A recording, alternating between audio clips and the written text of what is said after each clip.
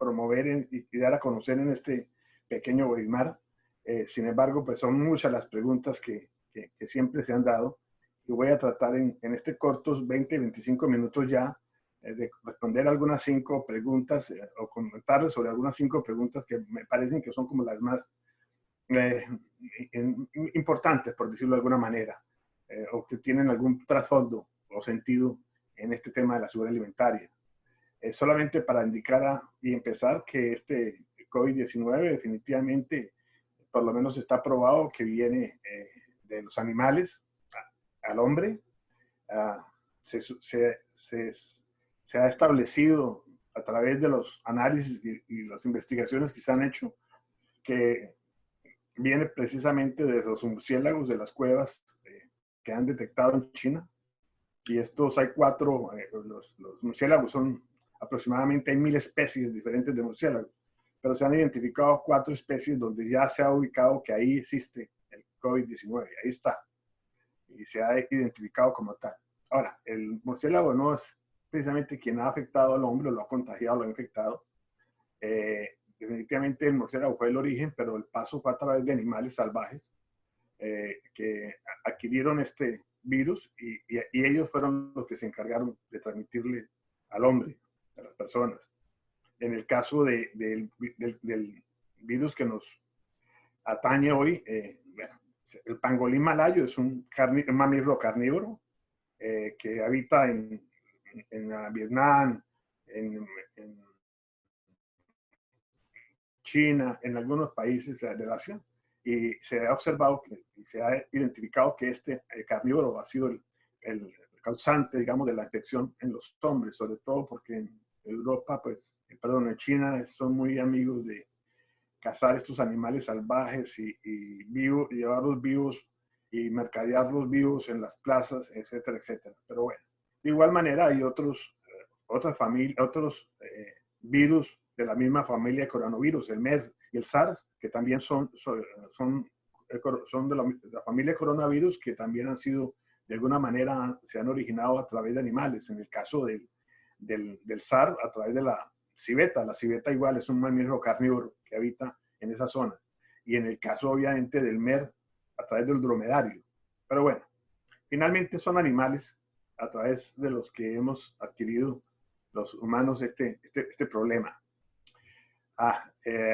Hay alguna opción ahí, por ahí anda Montagnier, que es el descubridor del VIH, premio Nobel por eso, y él dice que ese es un tema que no es natural, sino que ha sido adquirido por laboratorios. Pero bueno, son comentarios que no tienen ninguna trascendencia.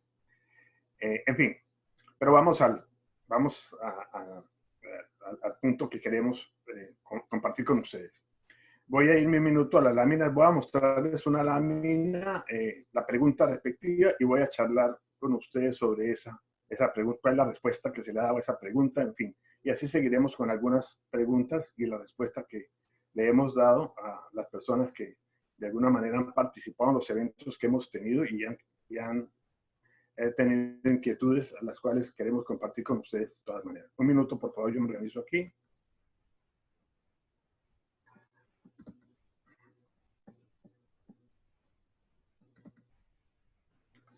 Listo. Ok. Dice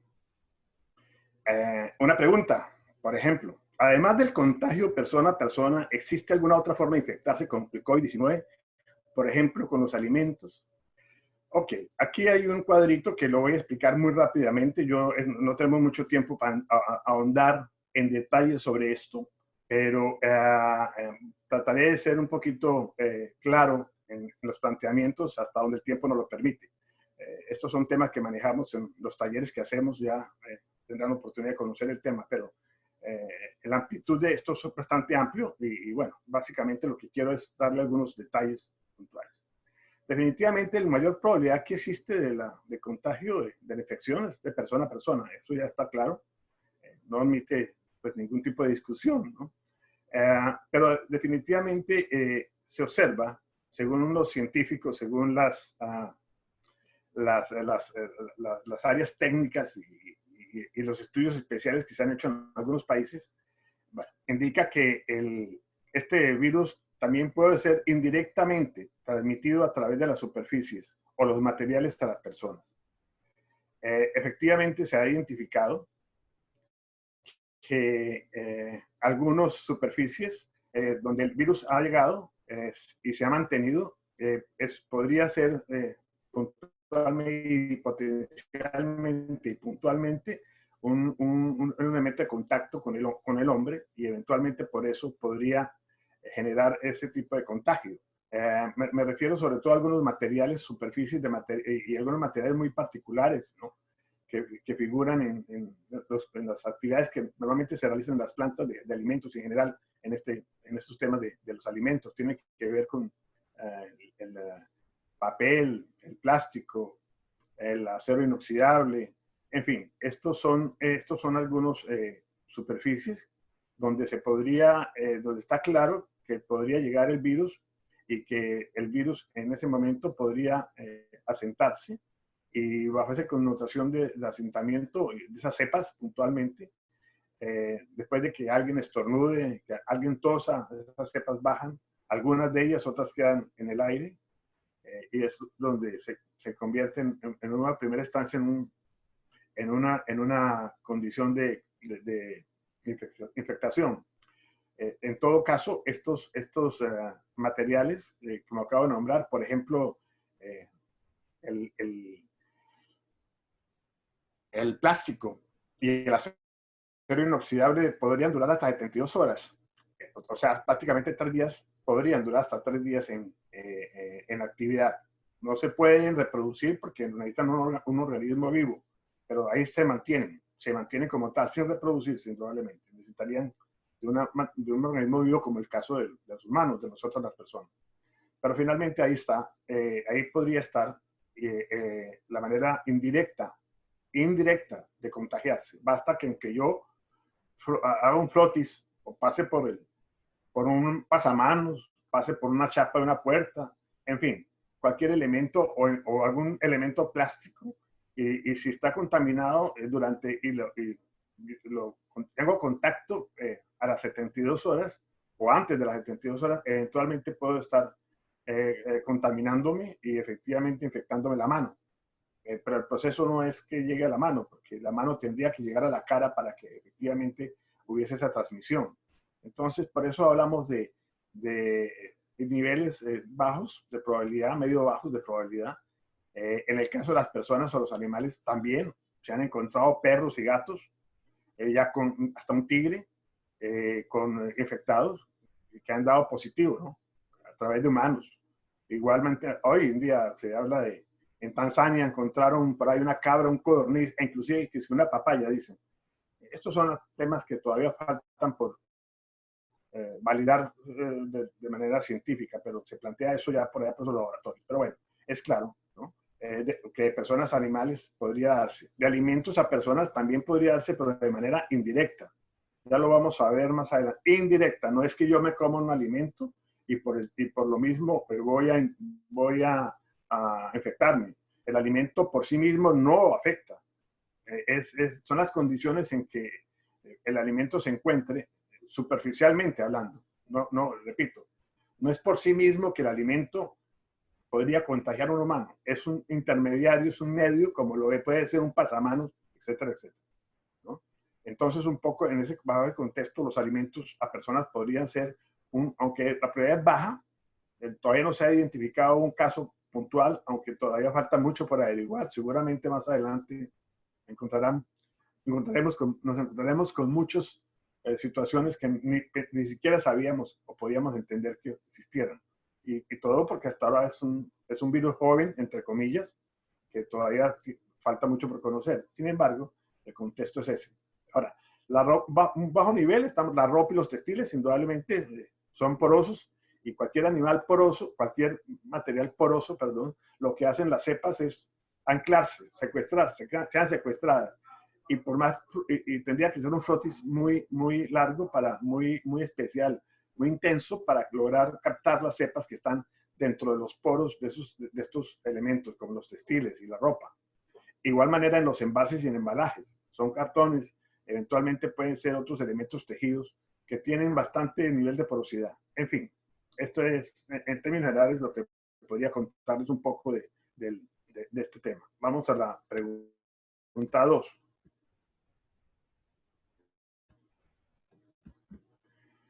Ok. Dice la pregunta, ¿cuáles son los riesgos de contagio con el COVID-19 en una planta productora de alimentos? Bueno, entonces aquí hay que mirar dos cosas, ¿no? Primero, que hay que ver el riesgo de contagio, por exposición o por enfermedad grave. Por enfermedad grave entendería uno que el riesgo de contagio tiene que ver con aquellos trabajadores que tengan ciertas condiciones, digamos, síntomas, que tengan algunos problemas, tipo diabetes, tensiones altas, en fin.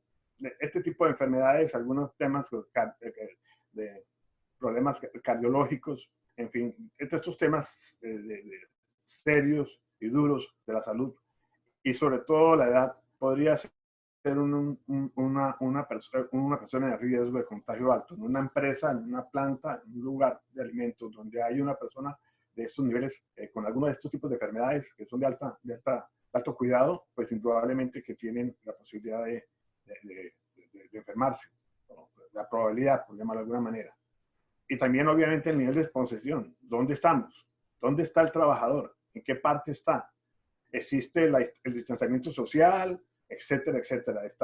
Viene de dónde viene el trabajador, en qué área geográfica vive, qué tanto nivel de exposición hay allá en el área donde vive, qué posibilidad hay de que esa persona que va a trabajar o que trabaja en alimentos podría eventualmente traer a la planta de alimentos o a cualquier unidad de la cadena alimentaria y de alguna manera a través de la previa exposición lograr infectar.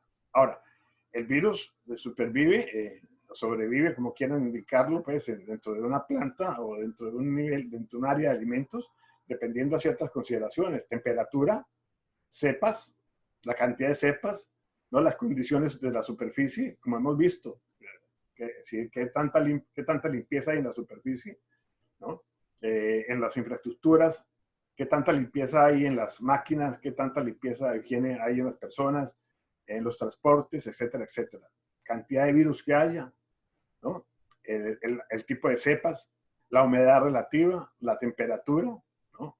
Bueno, en el caso de los dos virus que se conocen, el MERS y el SARS, estos dos virus que ya tienen 20 años, 18 años, se ha conocido que en áreas de temperatura baja, menos 18 grados de congelamiento, esos virus han durado hasta 2 años. Obviamente que para el COVID-19 habrá que esperar y ver qué tanto puede sobrevivir, pero se sabe, por ejemplo, que entre 70 y 100 grados no va a sobrevivir el virus. Entonces, temperaturas, condiciones de humedad alta o baja, el virus en zonas secas no son muy estables, este virus. En fin, hay una serie de condiciones que habría que revisar en cada lugar donde se encuentre uno para poder establecer o la unidad alimentaria, para establecer hasta dónde existe los riesgos de contagio, ¿no? Y cuál debería ser el paso a seguir. Repito, esto lo estoy diciendo rápidamente, esto tiene posiblemente mucho más trasfondo, mucha más información científica y mucho más elementos de juicio, pero habría cuenta de que solo quiero más o menos refrescar un poco en ustedes estas ideas y más o menos entender un poco cuál es la situación que se plantea con esto, ¿no? Ok, vamos para la pregunta número 3. Las buenas prácticas de manufactura y los programas operacionales estándar deben modificarse para reducir el riesgo de contagio por COVID-19. Bueno, claro que sí. Aquí el concepto, claro que sí. Tanto los BPM como los POEs, que son los elementos básicos, las columnas vertebrales de HACCP, y eso probablemente muchos de ustedes lo conocen, esos elementos va a haber que revisarlos de alguna manera y va a haber que actualizarlos por lo menos mientras que el virus exista y mientras que el coronavirus en este caso el COVID-19 esté presente, mientras que no haya una vacuna, que se demorará, y ya no haya un ser humano en la Tierra con ese problema, pues entonces este tema permanecerá vigente. Claro, en las normas relativas a la planta, en el caso de los BPM, y en los programas operacionales, en el caso de los POEs, hay que llevar a cabo una serie de elementos que ellos finalmente van a ayudar en algo a lo que normalmente se exige a nivel de estados, que es el protocolo de bioseguridad. El protocolo de bioseguridad es un poco que proviene de las normas relativas en la planta y de la limpieza y desinfección, que son temas que realmente tienen que ver con eso. Hay muchos temas, por ejemplo, hablando de normas relativas en la planta, el acceso a los visitantes, ¿no? ¿Cómo se va a hacer un visitante? ¿Un auditor? ¿Una persona del Estado? ¿Un cliente? ¿Cómo es que se va cómo va a accesar? ¿No? ¿Qué política va a haber para los visitantes, por ejemplo? ¿Cómo se va a revisar en su acceso a su planta, ¿no? Otro tema que tiene que ver con estas normas relativas a la planta tienen que ver con la necesidad de que en una crisis como la del COVID, donde hay trabajadores temporales, de pronto hay que conseguirlos porque no los que normalmente estaban ya no están. En fin, hay una rotación de personal muchas veces en estos casos. Hay que entender cómo se va a trabajar con ellos, ¿no? De qué manera, qué tipo de señalización se va a dar, qué tipo de formación de alguna manera, ¿no? Otro tema que tiene que ver con las normas relativas es el tema del distanciamiento social, ¿no? Y es que definitivamente va a haber que cambiar el modo en que los empleados se desplacen dentro de la planta, sobre todo si son procesos en serie o continuos. Ahí hay mucho que ver, ¿no? Otros temas tienen que ver, por ejemplo, con los equipos que se asignen a las personas, ¿no? Por ejemplo, los cuchillos, si es un tema de corte, de cortado, de proceso de cortado, esos cuchillos tienen que ser identificados y no los pueden manipular sino una sola persona, o sea, ya no se pueden prestar elementos. Así, igual que el mantenimiento, ya no se puede prestar el martillo, o sea, son elementos que se personalizan bajo las condiciones actuales, pues no se puede correr el riesgo de generar de alguna manera un contagio pasando estos elementos de persona a persona, ¿no? En los mismos equipos de protección individual, cómo deben manejarse, ¿no? En fin, hay muchos más temas, ¿no? La parte de las plagas, gestión de plagas, cómo se va a manejar el tema de gestión de plagas. Quienes tienen un contrato externo para que venga un inspector a llevar a cabo el trabajo de fumigación y todas estas cosas, ¿cómo se va a hacer entonces?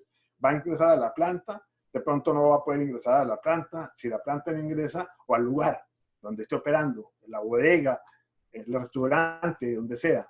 No va a ingresar. Bueno, ¿cómo lo van a hacer? O sea, ¿qué controles adicionales se van a llevar a cabo? En fin, mientras que pasa este proceso y obviamente porque eso no se puede descuidar. Una infectación es un tema grave en una planta o en un lugar donde hay alimentos.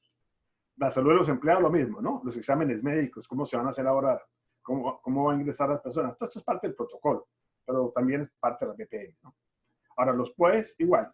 Los POEs, estamos hablando de limpieza y desinfección, que tiene que ver con limpieza, la limpieza y desinfección de la infraestructura, la limpieza y desinfección de los equipos, de los equipos, de las herramientas, de los medios de transporte y del personal, ¿no? Cómo se va a llevar a cabo este proceso. Porque igual habrá que identificar cuáles son las superficies duras capaces de transferir el coronavirus, ¿no?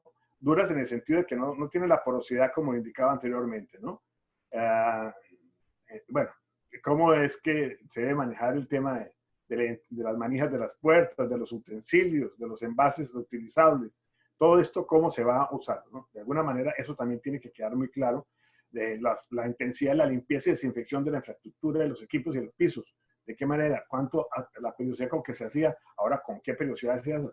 Todo esto, repito, estoy haciéndolo un poco en corto, pero esto tiene obviamente muchas más trascendencia. En los talleres que hacemos ya formales, virtuales, todo esto pues, obviamente lo tratamos un poco mucho más, pues, digamos, mucho más a fondo, entendiendo que hay una normativa inclusive nacional para cada país, en el Perú, en Ecuador, en México, en Colombia. Cada país tiene alguna normativa que hay que, legal, ¿no? Legal, bajo las cuales también uno tiene que plantear estos temas cuando va a mirar estos asuntos de la BPM y de los POEs, y sobre todo los protocolos de seguridad, ¿no? Pero una buena ayuda para los protocolos está en la medida en que se hagan pues en que se hagan se trabaje bastante en estos dos temas, ¿no? Y y algunos otros asuntos que no los vamos a ver por tiempo aquí, pero que están dentro del protocolo. En el taller que llevamos a cabo, normalmente trabajamos los protocolos también, porque finalmente eso es el pase. Y es de alguna medida la certificación ante el Estado y ante los clientes eventualmente, y ante la sociedad de que la unidad de alimentos que trate tiene estos elementos dados, ¿no? Hay que mirar entonces en la limpieza, y también pues el calendario de limpieza, hay que revisar, ¿no? ¿Qué tanto tiempo se limpiaba? Ahora, ¿cuál es el mínimo tiempo aceptable para limpiar la planta? Recuerden que los elementos que usamos para desinfección de la planta no actúan inmediatamente. No es porque yo eche cualquier elemento para desinfectar la planta, inmediatamente actúe. Normalmente todos estos químicos actúan después de 3 o 5 minutos, ¿no? Digamos, en buena forma. Todo eso hay que mirarlo, ¿no? Hay que mirar de pronto que hay que hacer procedimientos específicos para la época de COVID-19. Ya no sirve lo que hay en este momento. Hay que mirarlo también, ¿no? Y el protocolo, indudablemente, ¿no? Ya esto lo pasamos a las fases del protocolo, ¿no? La higiene y desinfección, que es parte del protocolo, la protección del trabajador, la definición de la logística de personal, o sea, el manipuleo, el transporte, traslado, etcétera, etcétera, los mecanismos de comunicación, los protocolos mismos, ¿no? O sea, todo el paseo que se da. Ok, vámonos la cuarta pregunta. ¿El COVID-19 debe tratarse como un nuevo peligro en el sistema HACCP? A ver, este tema es sencillo. Aquí en este cuadro ustedes pueden ver lo siguiente. Primero, hay métodos para, se llama, este puntualmente se llama plan de gestión de crisis, donde se prepara, esto es una crisis lo que está sucediendo. O sea, el COVID-19 es una crisis que tiene que ver con una epidemia, hoy en día pandemia.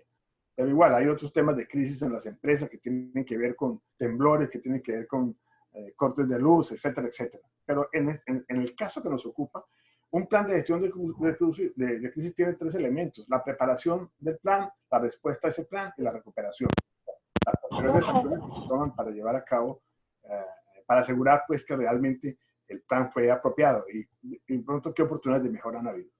Yo no voy a explicar, esto tiene pues todo un tema, no lo voy a explicar, repito, por tiempo, es parte de los talleres que hacemos, pero igual, digamos que un plan de gestión de crisis tiene que llevar a cabo. En la preparación están los riesgos. El plan de gestión de crisis arranca inicialmente estableciendo y evaluando cuáles son los riesgos que se está corriendo, ¿no? Y eso nos lleva al plan HACCP, porque finalmente lo que hacemos en el principio número 1 es identificar peligros y evaluar riesgos. Entonces, un poco que eso nos va a llevar hacia allá, hacia el plan HACCP, y nos va a indicar que el COVID-19 pues es un peligro que, si bien es cierto, no podemos decir que es un ETA, no es un ETA en términos digamos, direccionales, no es un ETA, pero sí es un elemento que podría eventualmente afectar los alimentos, como lo hemos hablado y lo vamos a ver más adelante en el último capítulo, en el último slide que les voy a pasar. Entonces, aquí lo que se trata de evaluar los riesgos, seguramente, indudablemente, dentro del PAJASA podrá existir ese peligro, pero es un peligro que tiene, desde el punto de vista de evaluación de riesgos, no tiene la misma, digamos, la frecuencia y la severidad que otros riesgos que están relacionados con otro tipo de elementos que sí son netas, ¿no? Aquí un poco el concepto que quiero aclarar es que una cosa son las bacterias y otra cosa son los virus que sí son efectivamente son transmitidos por sí mismos, son transmitidos del alimento al humano. Me refiero a las bacterias, por ejemplo. Las bacterias son patógenos que ustedes saben muy bien, que son como Salmonella, Gisela, en fin, todas estas bacterias que finalmente lo que generan son complicaciones muy serias en la salud. Virus también hay virus gastrointestinales como el norovirus y la hepatitis. Son virus que atacan, que sí se encuentran dentro del producto y que finalmente, el alimento, y finalmente atacan. El hecho de que el virus, este coronavirus, no esté dentro del producto no lo hace a un lado digamos, del riesgo que hay. Por decir un ejemplo rápido, usted está en un supermercado y hay otra persona también que está en el mismo supermercado. Esa otra persona está, de alguna manera, por decirlo, está contagiada, está infectada, tiene su infección de COVID-19. Entonces, supóngase que tose o estornuda al frente de un grupo de manzanas. Las goticas finalmente están ahí, en la superficie de la manzana. No es que la manzana haya llegado con ella. Claro que es aquella otra persona que lo trasladó, que lo llevó a través del traslado de las pequeñas goticas, cepas que salen de haber estornudado o haber tosido. Ahora, si yo cojo esa manzana inmediatamente, pasa este asunto. Recuerden que el virus tiene un ciclo de vida, tiene un shelf life, como diríamos, ¿no? Dependiendo obviamente de ciertas cosas, del tipo de metal, de la temperatura, la humedad, una serie de elementos. No el virus no siempre responde de todas maneras en todos los casos al mismo tiempo. Pero asumamos que cogimos la manzana inmediatamente, sin darnos cuenta de que alguien había tosido. Probablemente podríamos haber contaminado la mano con ese virus que superficialmente estaba en la manzana. Obviamente que hasta ahí no hay nada. Simplemente hay un traslado de virus de la superficie de la manzana, por nada más la manzana de ejemplo, a la mano. Hasta ahí no hay nada. Simplemente es un traslado de virus, pero el contagio no se da hasta que esa persona no haga el siguiente paso, que es coger la mano y llevársela a la cara, a los ojos, a la nariz y a la boca. Entonces, por eso es que se habla de que es un proceso que no es tan, no tiene la probabilidad que tienen otros casos como la emisión de partículas de toser de una persona hacia otra en ese ambiente que pueda quedar. ¿Okay? Pero realmente ahí habría que evaluar el riesgo de todas maneras y obviamente que la frecuencia es mínima, o sea, la probabilidad de que se dé es mínima. Por eso yo no estoy en el plano de indicar que es un PCC, mucho menos, no va a ser un PCC. Pero sí es un peligro que tiene que ser tratado con la BPM y con los HACCP. Perdón, con la BPM y con los POEs, además con el protocolo. La manera de poder contrarrestar este peligro está en la manera como usted convierta sus BPM y sus POEs en elementos que sean las acciones correctivas y preventivas para ese peligro que debería estar de alguna manera indicado. Ok, vámonos al quinto punto, ¿no? ¿Existen riesgos de contagio de COVID en los alimentos que se ofrecen en los supermercados o aquellos que son entregados a domicilio?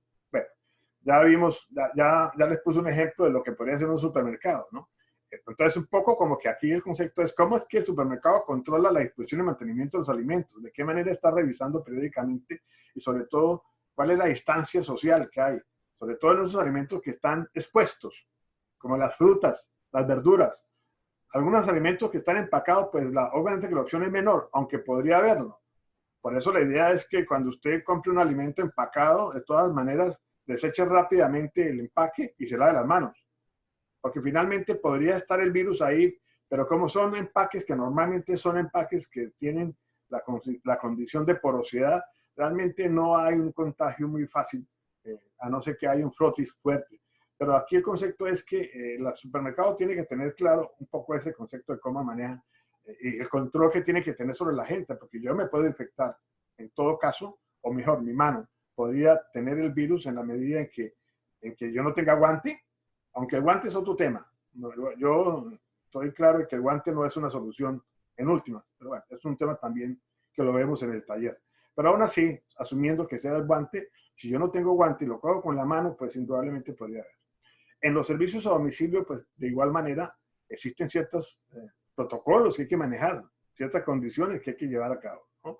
Como los controles para llevar y entregar los alimentos, de qué manera hay que llevar la persona, el transportista, qué condiciones se han dado para que esa persona no vaya a ser el transmisor de la enfermedad o que finalmente él, por su oficio, no haya tenido los cuidados necesarios, ¿no?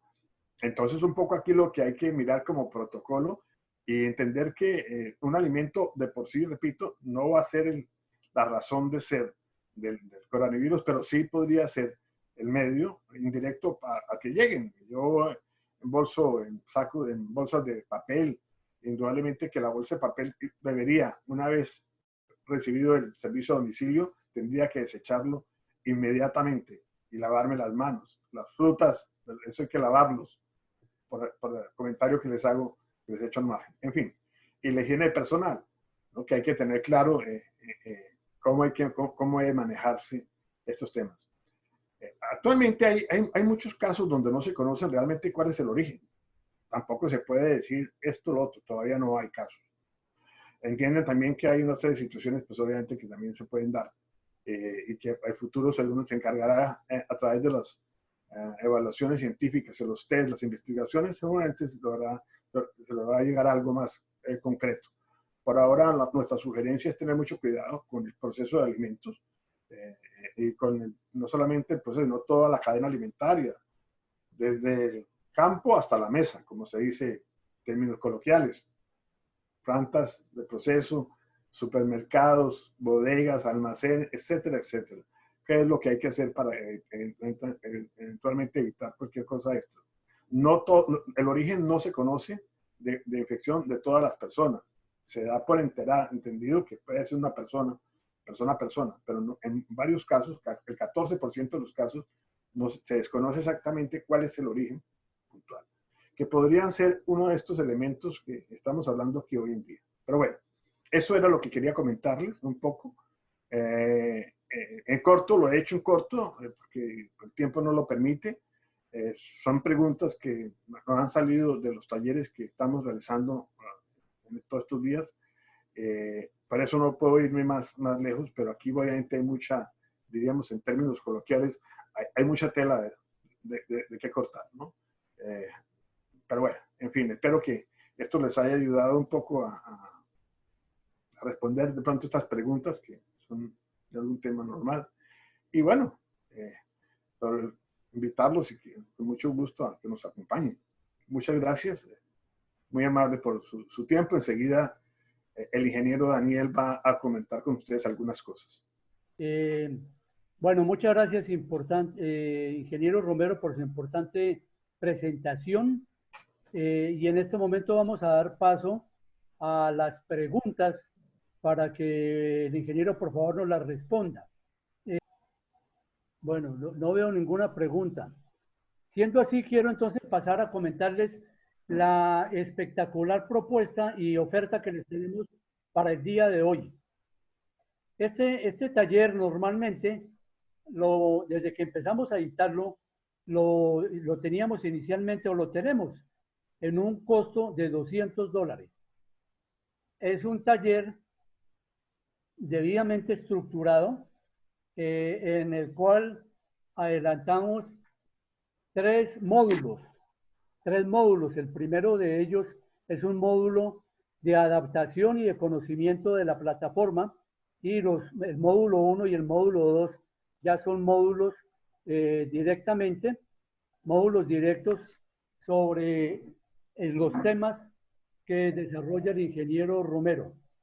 Entonces, ese taller que originalmente tiene un precio de $200, hemos resuelto colocarlo también siendo solidarios con la situación que estamos viviendo en la cuarentena. Y no obstante, obviamente, aunque hay prioridades, es necesario que nos mantengamos capacitados, dado que pues sabemos que, si Dios lo permite, esta situación no va a ser eterna. Que tenemos que reforzar las medidas de cuidado, sí, pero ya hay varios países donde se ha venido habilitando el acceso al comercio y a los sitios públicos de una manera mesurada, con restricciones, minimizando riesgos y de una manera parcial. Entonces queremos hacerlos solidarios y les tenemos para hoy la propuesta y la espectacular oferta de que les vamos a permitir el acceso al taller solamente por $15. Como lo escucharon, $15. De 200 a $15. Ya tenemos varias personas de diferentes países que están adelantando el taller y han avanzado apropiadamente. El taller está estructurado para, consideramos, unas 2 semanas. Sin embargo, si alguien desea y tiene unas buenas bases y una buena disciplina para capacitación virtual, porque esto requiere cierta disciplina, obviamente. No es lo mismo sentarse uno en un salón o en una sala de conferencias a escuchar una charla y tomar ciertas notas o grabar la presentación, que hacer uno la tarea de autodidacta, entrar a la plataforma y hacer las diferentes actividades que allí les recomendamos. Entonces, para quienes deseen inscribirse entre el día de hoy y el día de mañana, el costo va a ser únicamente de $15. Y les vamos a dar un obsequio que consiste en lo siguiente. Quienes estén interesados en iniciar el taller, les vamos a dar acceso gratuito a la plataforma. Como lo escucharon, les vamos a dar acceso gratuito a la plataforma de tal manera que tengan la posibilidad de entrar y familiarizarse con el manejo de la plataforma, ver con detalle cuál es el contenido y la metodología que utilizamos en el taller, y en ese momento sí ya tienen argumentos más contundentes para tomar la decisión y proceder al pago. Que como decíamos, si ustedes desean ingresar entonces al taller gratuito, nos colocan un email, un mensaje en este WhatsApp, más 57 301 504 31 59. Ese es nuestro WhatsApp, el más 57 es el indicador de Colombia. Entonces nos colocan un WhatsApp, por favor, con su nombre y su email y nos ratifican su interés de ingresar al taller en forma gratuita. Entonces, si nos envían ese WhatsApp el día de hoy o mañana o el día de mañana a las horas de la mañana, les vamos a dar acceso a la plataforma en forma inmediata, sin pagar un solo peso, un solo dólar, y van a tener oportunidad, como decíamos, de conocer el entorno donde se van a capacitar. Allí van a encontrar el módulo 0, es el que van a tener habilitados, que van a tener entonces la oportunidad de familiarizarse con la plataforma, conocer el contenido de lo que se les va a desarrollar y la metodología. Ya quienes entren y se familiaricen pueden proceder desde ahí mismo en la plataforma a través de un link, pueden proceder al pago y en ese momento ya se les habilita para que desarrollen el resto de actividades. Entonces, les reitero la invitación. En el WhatsApp más 57 301 504 31 59 nos colocan su nombre, su email y nos ratifican su interés en iniciar gratuitamente el taller. Y ya estando dentro de la plataforma, apenas se les den su clave de acceso y su usuario, allí van a poder entonces hacer el registro, el pago a través de PayU. Ustedes saben muy bien que PayU permite pagar directamente al banco o a través de tarjetas de crédito.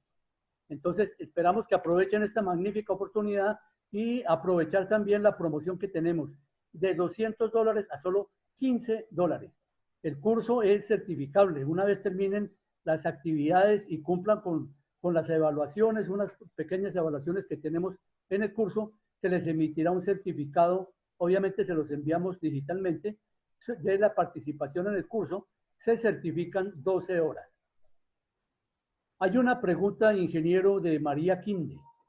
¿Debo incluir los síntomas del COVID al monitoreo diario de estado de salud al personal manipulador de alimentos?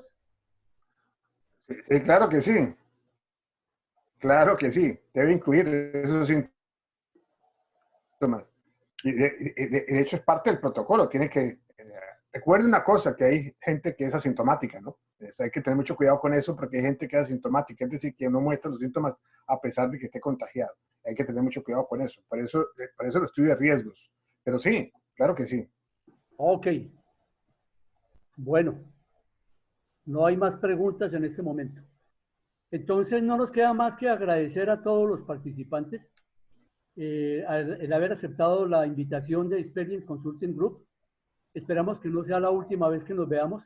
Y les reitero la invitación, conéctense a través del WhatsApp 57 301 504 31 59, colóquenos su nombre y su email y su interés en participar, en iniciar el taller en forma gratuita. Entonces, inmediatamente, bueno, máximo en 24 horas se les va a mandar las claves de acceso y su password para que puedan entrar a la plataforma y familiarizarse con el manejo. Ya una vez estén allí, ya tendrán argumentos contundentes para tomar la decisión si quieren continuar con el taller, en cuyo caso proceden a aprovechar la promoción que tenemos de 200 a solo $15. Bueno, si no tenemos más por el momento, entonces les agradecemos por parte de Experience y personalmente el ingeniero Romero y de parte mía, Daniel Arango, y esperamos vernos en una próxima oportunidad. Y los que nos enviaron el email, de todas maneras, mañana les vamos a estar enviando el link para que puedan verlo en detalle en nuestro canal de YouTube, al cual también los invitamos para que se suscriban. Bueno, muchas gracias y buenas noches.